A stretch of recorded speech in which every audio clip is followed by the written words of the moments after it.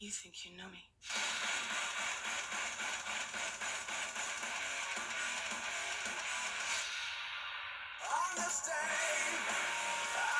Welcome, SFL, to another episode of BroBanter, coming live to you from the Mont. I'm your host, Cougs, presented by the Cougsocrat and Chronic. As you can see, Brett Boyer's face is right over my shoulder here. Brett, how's it going? Pretty good, Cougs. How you doing tonight? First time caller, long time listener. Excited to be here. Excited to have you on the show. We also have Brett's biggest rival on the line, James. Are you there?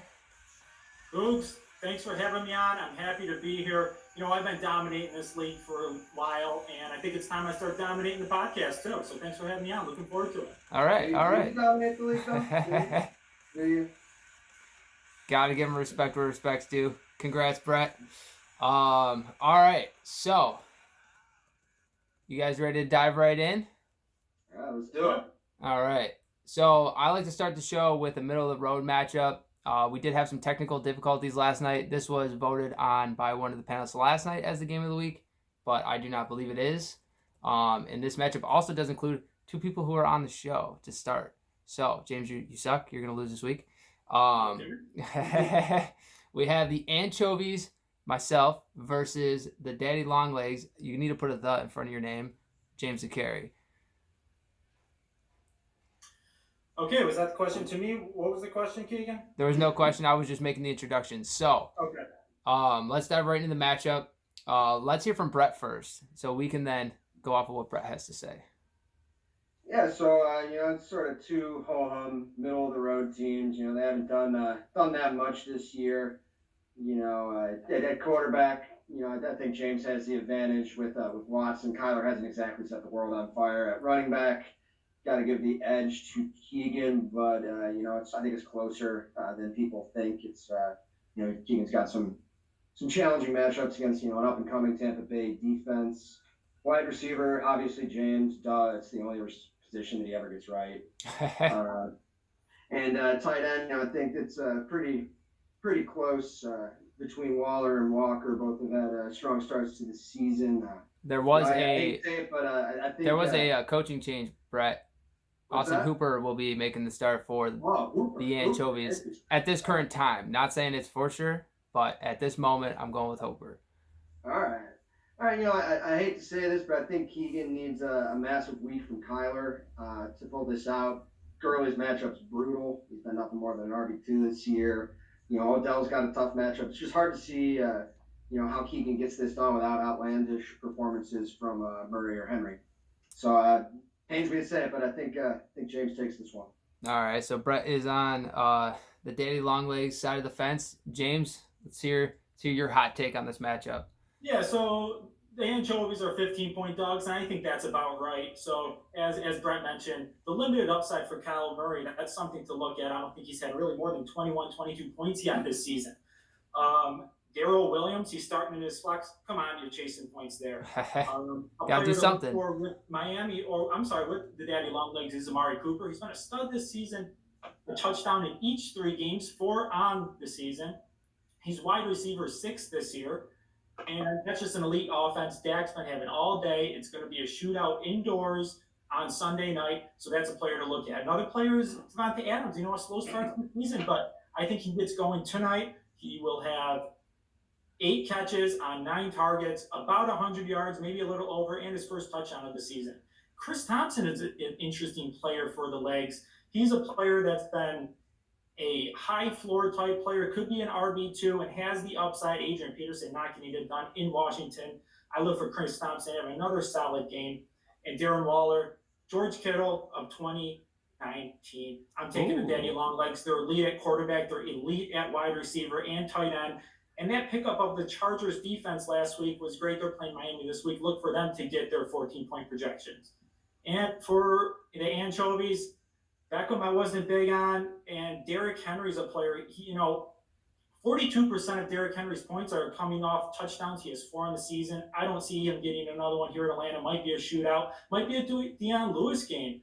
And Derrick Henry has only played 51.7% of the offensive snaps, so it's a share their running back by committee type thing, but Deion Lewis just hasn't been getting it done. But look for him to get it done Sunday.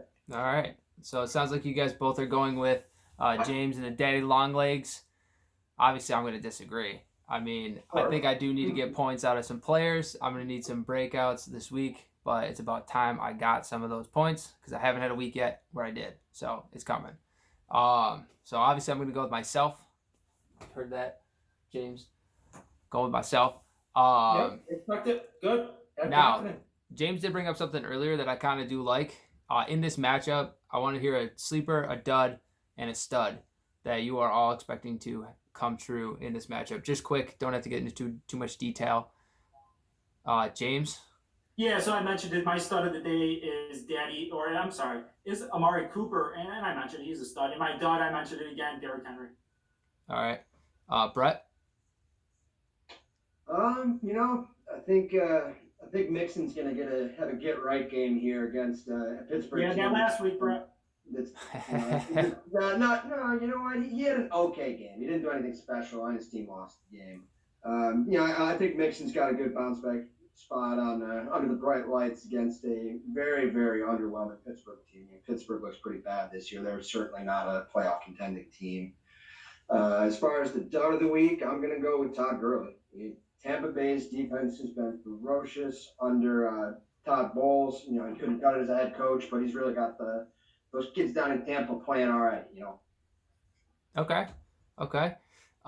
Real quick, in this matchup, I mean, the stud is probably Amari Cooper. I like Amari Cooper this year. I hate to admit it. And the dud is probably going to be Mixon. Come on. He's a joke as a running back. He's not good. He never was good. So, Mixon's trash. Buns player of the week. I'm going to move on. All right. So, next matchup, we talked about it as well as to if you guys had a game of the week. I think we all could agree on the game of the week, correct? We're not going to say who it is, but just want to make sure we're all on the same page for the game of the week. We'll jump to Machine Gun Mike versus the Street Use as the next matchup. We have a cold as ice Machine Gun Mike with a joke of a team versus the defending champion who came out last week with a record for most points ever scored in a week of the SFL. Again, for people who don't know, this league's been going on for how long now, Brett? 14 years? 15 years?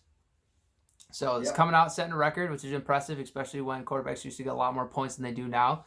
It was easier to get those kind of points. Let's go to this matchup. So, James, in this matchup, Machine Gun Mike versus Street Use, who do you got and why? I'm taking the Street Use in this one. Obviously, that huge 200-plus point performance last week, but this is the biggest spread of the week, and I think deservingly so. And I think the Street Use are a top 3 team in this league. Palermo was pretty weak at wide receiver.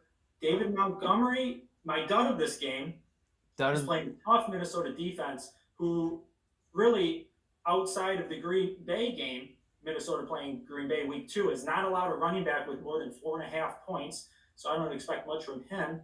And looking at Brett's team, Evans, Ingram, Elliott, Lockett, a lot of studs on that team. But a guy to look at is Sterling Shepard. He had 100 yards and a touchdown last week with Daniel Jones. They might throw more with, again, no Golden Tate, 4-game suspension, and with no Saquon Barkley, and that equals more Shepard. I'm taking the Use. I'm going to have to jump in now because obviously let Brett talk last. I'm going to have to agree with that with the Street Use.